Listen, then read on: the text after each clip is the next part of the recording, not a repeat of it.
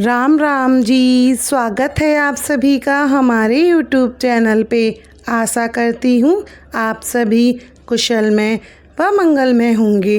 भक्तजनों, सावन के मंगलवार के दिन माता मंगला गौरी का व्रत रखने का विधान है। जैसे सावन के सोमवार भगवान शिव को समर्पित हैं, वैसे ही श्रावण माह के मंगलवार को मंगला गौरी व्रत रख के माता पार्वती को प्रसन्न किया जाता है और उनसे मनचाहा वरदान प्राप्त किया जाता है। भक्तजनों, आज हम आपको माता मंगला गौरी की व्रत कथा सुनाने जा रहे हैं। माता मंगला गौरी की व्रत कथा इस प्रकार है। एक समय की बात थी।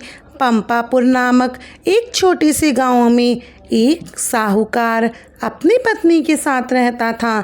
साहूकार के पास भगवान का दिया सब कुछ था। वह धनवान था, सभी प्रकार के सुखों से संपन्न था, मगर उसको सिर्फ एक ही दुख सताता था। उसकी कोई संतान नहीं थी। यह दुख उसके मन को हमेशा सताता रहता था। एक दिन की बात है, उस साहूकार के घर पर एक साधु महात्मा आए। साधु महात्मा का साहूकार ने और उसकी पत्नी ने खूब आदर सत्कार किया। उनको अच्छा भोजन कराया और उनकी सच्चे हृदय से सेवा की। साहूकार ने साधु महाराज को अपने निसंतान होने की सारी बातें बता दी।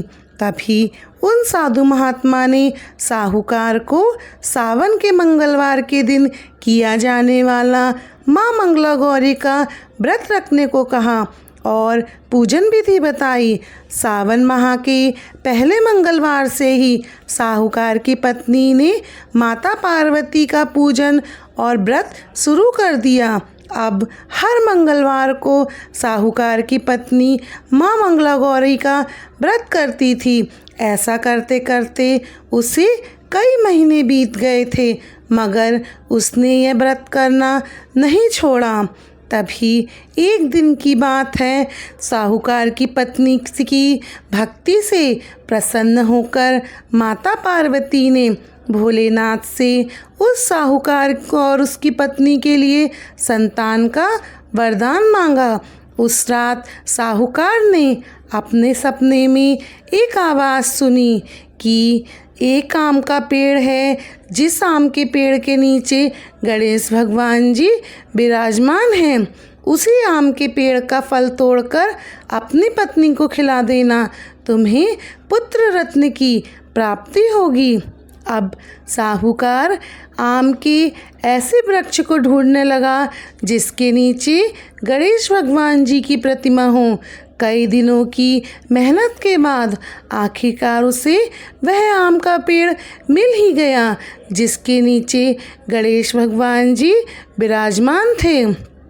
साहूकार ने आम तोड़ने के लिए पेड़ पर पत्थर मारने शुरू कर दिए। साहूकार के ऐसा करने से आम तो टूटकर गिरा ही था, लेकिन साथ ही साथ एक पत्थर जाकर गणेश जी की प्रतिमा को लग गया। इससे गणेश जी खंडित हो गए।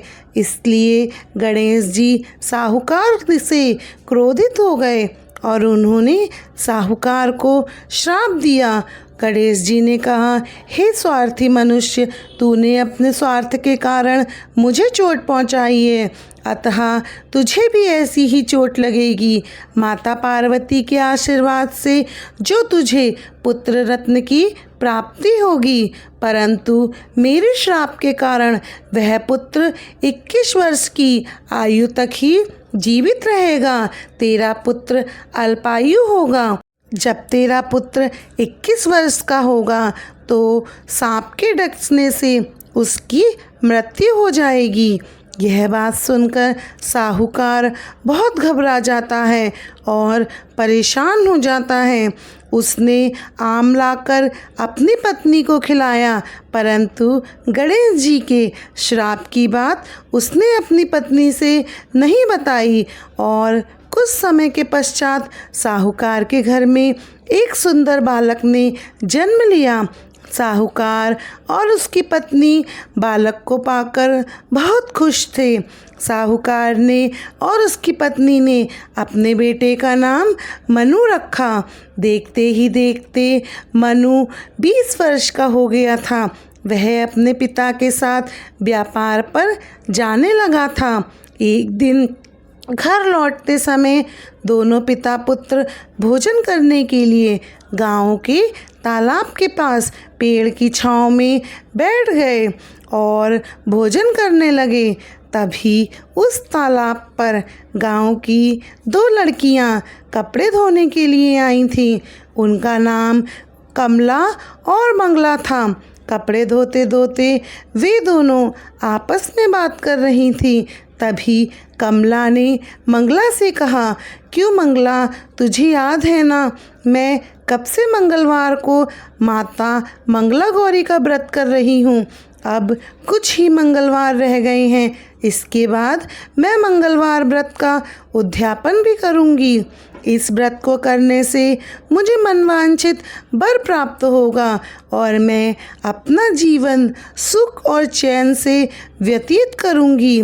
ऐसा कहते हुए कमला आगे बोली, मंगला, तू भी अगले साल के सावन के पहले मंगलवार से यह व्रत आरंभ कर देना और तुझे भी अखंड सौभाग्य के साथ मन पावन वर की प्राप्ति होगी।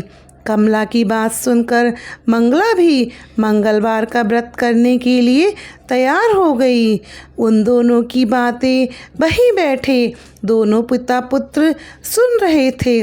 लड़कियों की बातें सुनकर साहूकार समझ गया कि कमला नाम की लड़की ही उसके पुत्र के लिए सर्वश्रेष्ठ है, क्योंकि वह माता मंगला गौरी का व्रत करती है और उस व्रत के प्रभाव से उसे अखंड सौभाग्य का वरदान प्राप्त हुआ है। यह सोचते हुए साहूकार ने तय किया कि कमला का विवाह अपने बेटे मनु के साथ करवाएंगे।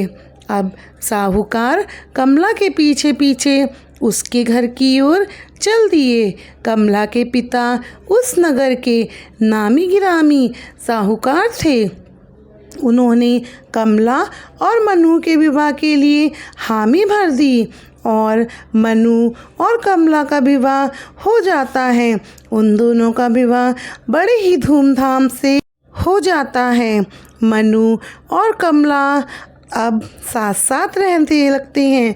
कमला विवाह के बाद अपने ससुराल में आकर अपने पति के साथ खुशी खुशी रहने लगती है, परंतु ससुराल में आने पर भी कमला ने माता मंगला गौरी का व्रत नहीं छोड़ा। ससुराल में भी कमला नियम से मंगला गौरी माता का व्रत किया करती थी। उसके व्रत से प्रसन्न होकर एक दिन माता पार्वती ने कमला को स्वप्न में दर्शन दिए और कहने लगीं, सुनो कमला, मैं तुम्हारे व्रत से बहुत प्रसन्न हूँ, लेकिन तुम्हारे पति की आयु कम है। अगले महीने के मंगलवार के दिन एक सर्प तुम्हारे पति के प्राण लेने आएगा, लेकिन तुम बिल्कुल मत घबराना और उस सर्प के लिए एक प्याले में मीठा दूध रख देना। उसके पास एक खाली मटका भी रख देना। वह सांप दूध पीकर अपने आप से मटके में चला जाएगा और तुम उस मटके का मुंह किसी कपड़े से बांध देना, जिससे तुम्हारे पति के प्राण बच जाएंगे।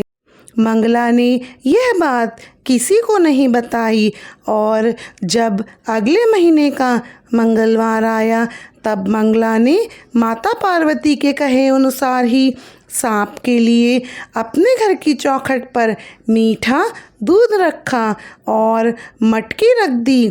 सांप दूध पीकर मटकी में जा बैठ गया। मंगला ने मटकी का मुंह किसी कपड़े से बांध दिया और उस मटकी को जंगल में रखाई। माता पार्वती की कृपा से मंगला के पति के प्राण बच गए। इस प्रकार मंगला गौरी के व्रत के प्रभाव से मनु श्राप मुक्त हो गया जब घर वालों को यह बात का पता चला तो सभी बहुत प्रसन्न हुए और माँ मंगला गौरी के गुणगान करने लगे। गांव की महिलाओं ने कमला से माता मंगला गौरी के व्रत की विधि विधान पूछी और व्रत प्रारंभ कर दिया। कमला ने अगले मंगलवार को व्रत का खूब धूमधाम से उद्यापन किया, ब्राह्मणों को भोजन कराया, दान दक्षिणा देकर उनसे आशीर्वाद प्राप्त किया। इस प्रकार मंगला गौरी व्रत के आशीर्वाद से कमला के पति की जान बच गई। माता पार्वती जिस तरह आपने कमला के पति की आयु लंबी करी, उसी तरह इस कहानी को सुनने वाले और उकारा भरने वाले सब पर अपनी कृपा करना। जय माँ मंगला गौरी।